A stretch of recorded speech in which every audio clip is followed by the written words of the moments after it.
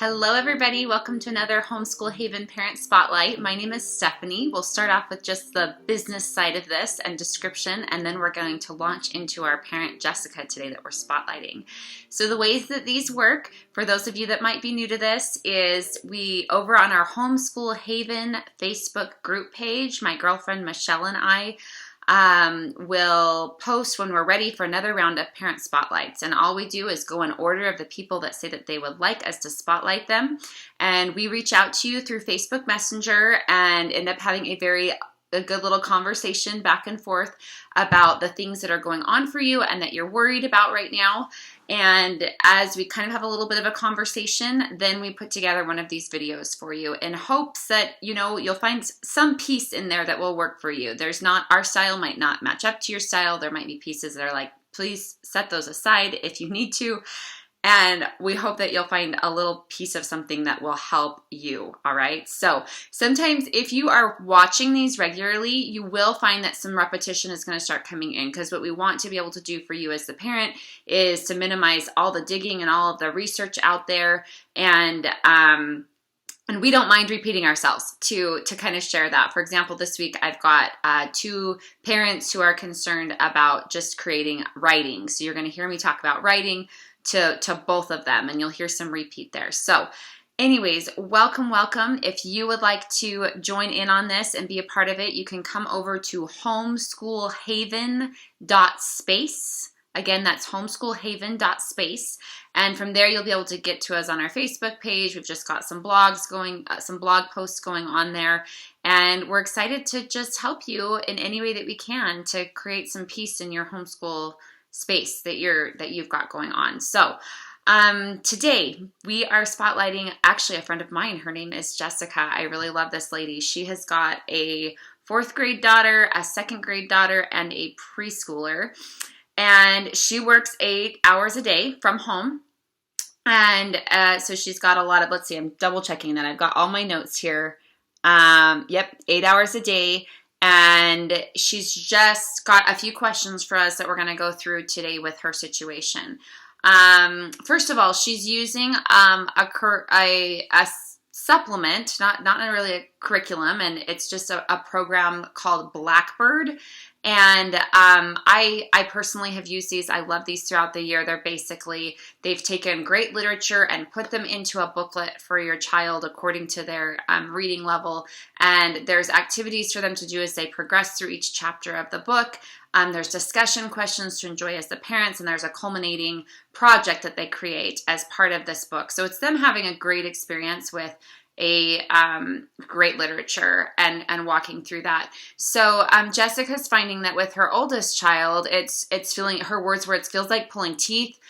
Comprehension is the hardest task in terms of kind of that, not comprehension in terms of more in terms of inferencing. That imagination part is something, and it's just leading to lots of tears for this lovely little girl who I love, and trying to go into that imagination space with the writing component, because when you use Blackbird, there's this space for creating rough drafts and your own writing in response to what's going on in the novel, and it involves some inferencing. And so, for example, inferencing is just the phrase for where they share information and you have to draw conclusions that haven't been blatantly said.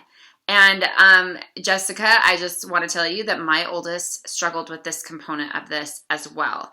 And that I'll tell you a little bit about what I did to tweak for that, and a little bit about my opinion on writing, because just that creating of the writing, as we talked with Jessica this week, the feeling that I'm getting is that her oldest is just struggling to create ideas for her writing, to draw inferences from the writing, and that it feels like that imagination component isn't there as much as the literal being able to sit down and answer a direct question about the character is there, and all of that.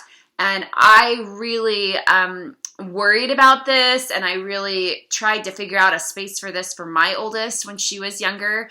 And I just want to share with you my experience, and maybe it will help you, maybe it won't. But with my oldest, what I found is that, and what I've learned as when I remember being in a class when I was in college, that for my teaching degree, where we took several classes with this really cool lady about creating writing in our classroom, and what that will look like. And there's children that are really, really good at the ideas part and the inferencing part and the imagination part. They can just really create that really strongly. And then there's children that are really good at maybe this spelling, grammar, literal part. And it can be like pulling teeth to get them to create ideas for their writing. And so you've kind of got these two subsets, and I've seen these in my children, that you've got people that can do ideas and write about ideas all day long, and they've got lots of them, but maybe their spelling and their grammar and their organizing of that, my second daughter is so full. She's a little writer just naturally. She loves to create and think of these ideas, but then when she brings them and to us, there's a lot of like getting the grammar in there so that her idea is something that I can interpret for me, right? And then you've got the flip with my older daughter, who is just getting to that idea. She can really write it out in a very structured format and be kind of fed that, but be creating the idea is a real struggle. So I think both are really good. And I think that my personal philosophy in writing in regards to that is that, and what I've seen in my own daughters is reading before writing, that them becoming great readers is foundational to a lot of their writing. And also when I've got my daughter who naturally creates ideas, they are kind of the natural writers that are able to, in this imagination space and all of that. And that's beautiful and that's wonderful and that's okay. And with my oldest, I kind of had to work through this stage of, that's okay. That her creating ideas and doing this is not some huge stumbling block to her being a successful student and being successful in education in general, but that she is, that she's going to do great later on when there's like this 5-paragraph essay, really follow that through, make that happen. My goal for her as a writer is different than my other daughter. My goal for my older daughter isn't so much about let's create ideas and become a writer in the sense of write, a lot of fiction, but I want you to be able to express yourself through writing. I want you to be able to send a text or an email or write a paper when you're in upper high school and college that can communicate your ideas clearly. And maybe imagination for her isn't the thing that I need to be worried and focused on. And so what I did for her with time after we got through all of that is that, and I worried about that imagination and inferencing and that portion of comprehension. She could comprehend in terms of reading a book and answering there in the Blackbird books as far as what had happened in the story. She could tell me who the characters were. She could find the fun little word activities. She could do all of that. But the comprehension that involved that imagination component, that was very hard for her. And I just found that I became okay with crossing those parts out for her. And that I was fine with that. And that if every now and then when I had that extra burst of energy that comes like maybe once a year, this would happen, I would sit down with her and we'd go through one of those and I would let her dictate things to me. And you had said yourself, like that imagination component comes very naturally for me. And so it turned into me giving her ideas and then her just rewording them. And I've totally done that. And that there's still some power in that though, and having that exchange of ideas and then sitting there and writing it out with her, or her writing it out and having that experience of her experiencing your imagination a little bit. And creating that. Another thing that I've done, I'm going to put that in the, I'm going to take my notes here of the things that I'm going to put down here below. There's a little game that we have that I should have pulled out and have right here for you, but it comes in a little round tin. It's about this big, and it's called Tall Tales. And it's just a silly little game for imagination where you draw pictures and you go around in a circle and you create a story from these pictures. So you draw a picture of the sun, and I'm going to start the story and talk about the sun. And the next picture is of a castle. And then that person continues it. And that was just a little imagination building activity where then we could do something like that and then write it out there. And again, this happened once every year or two, with our Blackbird experience for this oldest child, that it was okay to skip that portion, that her ability to write a 5-paragraph essay and to create that and build that as she got into some of her junior high and high school experiences, she's been totally able to thrive there just fine as that was being sat down and explained to her and written out for her. So if I were in your shoes, I'd probably start crossing some things off of the Blackbird and telling her she doesn't have to worry about them. I would incorporate some of these imagination things. And then once she's up there in her 6th, 7th grade years, that she'll be very much ready to sit down and whip out, describe a 5-paragraph essay. And it's got, for her mind, it's very structure oriented, and to create that and to go through that. So once you get there, I've got some things that I love to use that just anyways, different classes that she's taken and things that I've enjoyed that way for her. So there we go. So there's that one for you, Jessica, as far as the imagination, the writing component, and all of that. Okay, teaching telling time on an analog clock for your 2nd grader. Again, I'm going to put down in the analog clock resource. I'm going to put down there I have found with all 3 of my kids, I don't like to teach a clock specifically from you have to sit down and describe it a little bit, right? And kind of just break it down. But then it's something that kind of bleeds over into the rest of our year. And the way I've done that is I just have the one big clock in our living room. I have a little piece of paper underneath it, and that just says their name, telling time, with 10 squares in it. And before we leave throughout the month, if I know we're going to have a little bit of extra time, I go and say to the child who's learning telling time that year, okay, go write down what time it is on the box. And before we leave, that's something you have to do. Get your shoes on, and go tell us what time it is, okay? And they sit there and they figure it out and they write it in, and I come in and I just talk to them about telling time, and it's there. And by the time we've done that, 10 or 20 times within a 3 to 6 month period, they've picked it up just fine. Just in our going throughout the day experience, it's something that happened where I'm not necessarily, there is that sit down, explain it to them, but then that experience with them telling time, and we've always turned it into a little bit of a reward system of some sort. I do mom bucks at my house, so it's okay, once you get each page of 10 time slots, you can you can have so many mom bucks, or however you want to do that, and we make that a celebration and talk about that. And that just makes it so that the learning is happening as we go throughout our week, our month. And that's one. And then I'll put one down here too that's just a little workbook that I love, that is also not workbook, it's a little dry erase activity that I've used with my kids. Or no, not the dry erase activity, I'm getting my parent spotlights mixed up.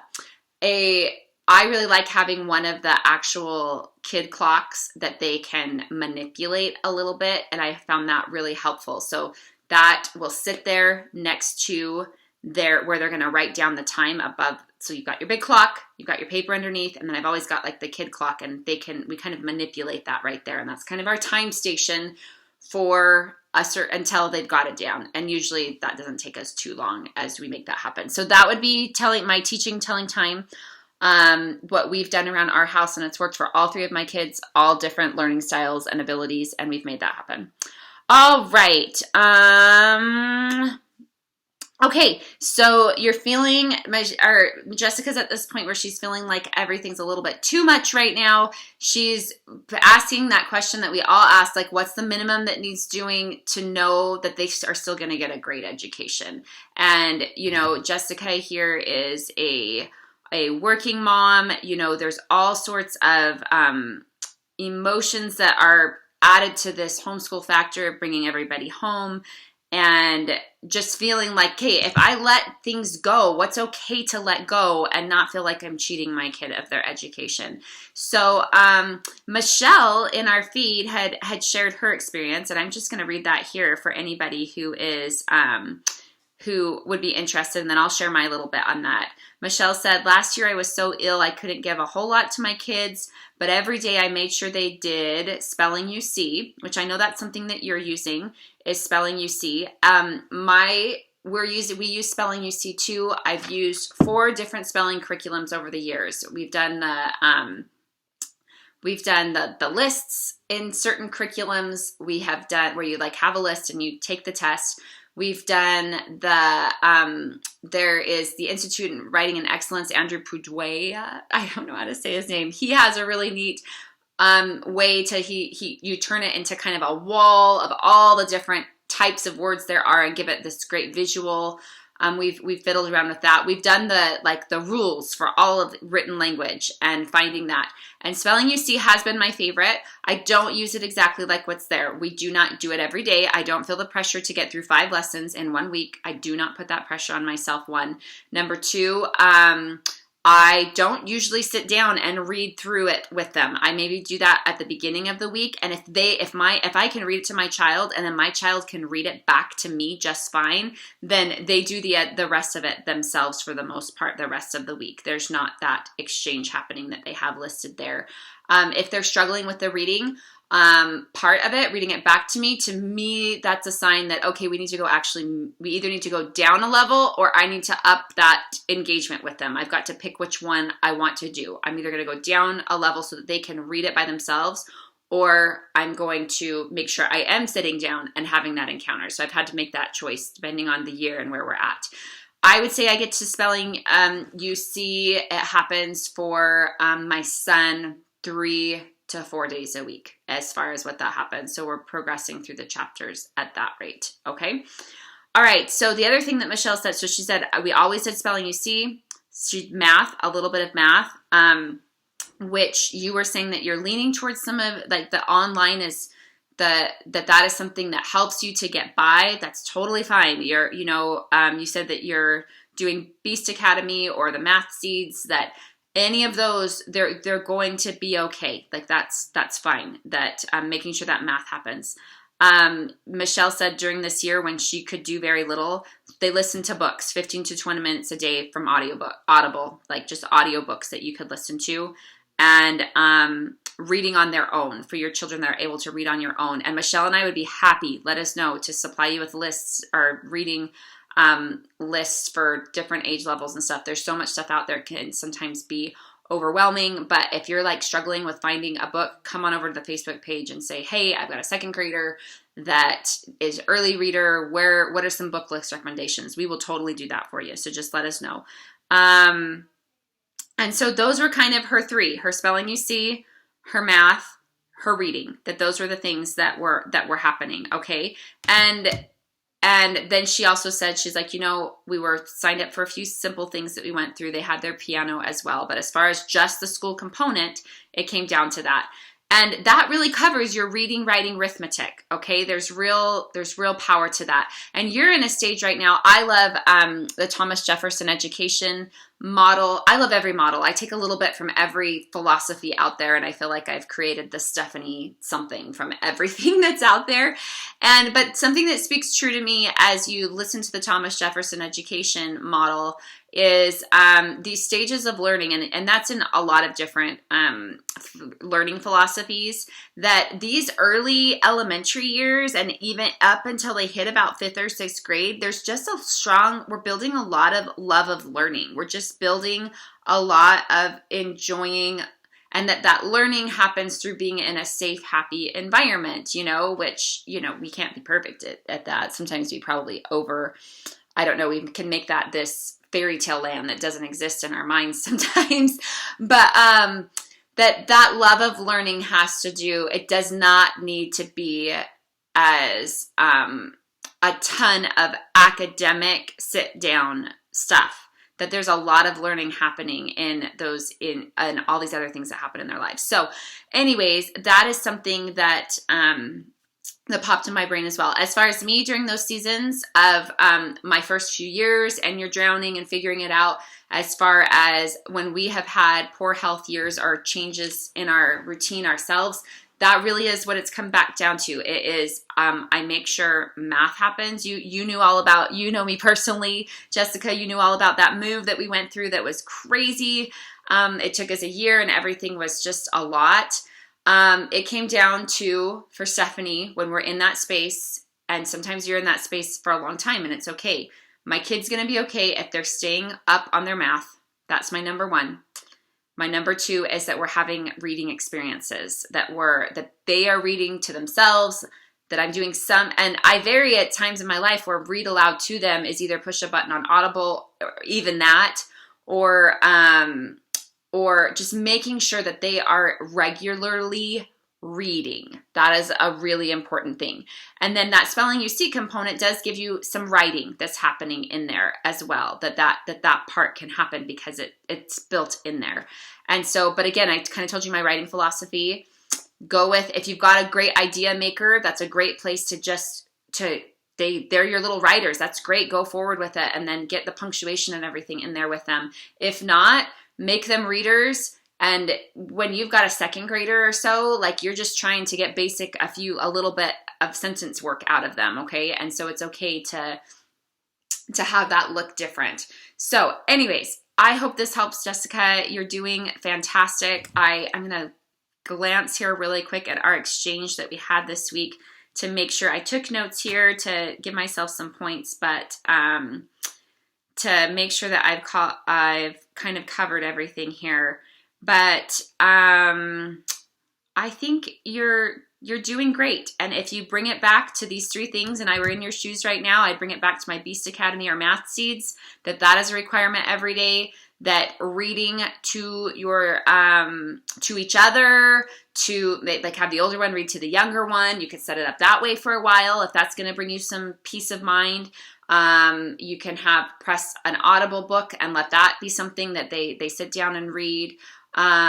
Just make reading a heavy part of that. And then with a little bit of that writing component through either spelling you see or after you read, you have to write a couple sentences about what you read. I had a year where we just had a composition notebook and writing consisted of anything that you read, you had to write something or draw a picture of it. And a lot of writing developed that way. So, and if you need to shelve these other things that you're doing right now, or that you're signed up for, you're going to be okay. That those are kind of that has been the basics in my opinion. And I see that as somebody that has had my children in and out of the public school system. And you always have that in the back of your mind. Are they going to be ready to go back? And all of my kids have always been ready to go back based on what they were capable of. I have a gifted learner. I have a right there, in the, like, always just there learner, and I've got a child with some learning disabilities, and they've always been where they need to be in whichever space we were in, whether it was public school or homeschool, and that was using this as my guide. Like, math has to happen, reading has got to happen, and that can look different, and then figure out writing that works for you. So you're doing great. You really are. I promise. I know this is overwhelming. I know this is a huge adjustment. And this was the last thing that I wanted to say. You had mentioned this that I just wanted to comment on that I thought was great. You said something about you're finding out the things that this process of homeschooling is helping you to find out the things that you stink at and that your kids also stink at. And I just wanted to speak to that. Amen. That is so true. You find out the things that it stretches you to a place where you're finding out these are some of my weaknesses. These are some of their weaknesses. And that's rewarding in a way because you can address that. You have it, but you can also drown in it as well. And so these first 2 years can be very stretching of you. You can have you're just going up and down with the good and the bad and the excitement and it coming around. And that levels out with time. I promise. You're doing a lot of this right now, and with time you find that you're able to stay in this space. And so keep going. And also, this is my one thing. Sorry about that. That we've got as you're discovering the things that your kids are their weaknesses, kind of like this is something I've learned, so maybe this is just for me to reiterate, but kind of like that example with my daughter and her imagination and all of that. Stepping back and wondering, is this a weakness from the standpoint of it being an educational, is this am I operating under a misconception of what my child needs to be learning here? That's something that's helped me. And I kind of demonstrated there that with her imagination, is this something that's going to get in the way of her being successful academically? Is this something that I really need to worry about? And is it okay that this is her weakness? And kind of coming to a point where I was like, yeah, that is okay. She's got musical gifts that are really neat. She's got these other things. And so when you're discovering your kids' weaknesses, I have found it helpful with time. And I kind of had to work through this to discover how to define what was necessary to be worried about, because sometimes I had this fixed mindset of like, oh, well, she has to write and this is how she's got to write. And it's because she doesn't have an imagination and she's not understanding. But no, she really does have a skill set that's working just great for her. So best of wishes to you, and you're doing awesome. We'll talk to you guys later. Bye-bye.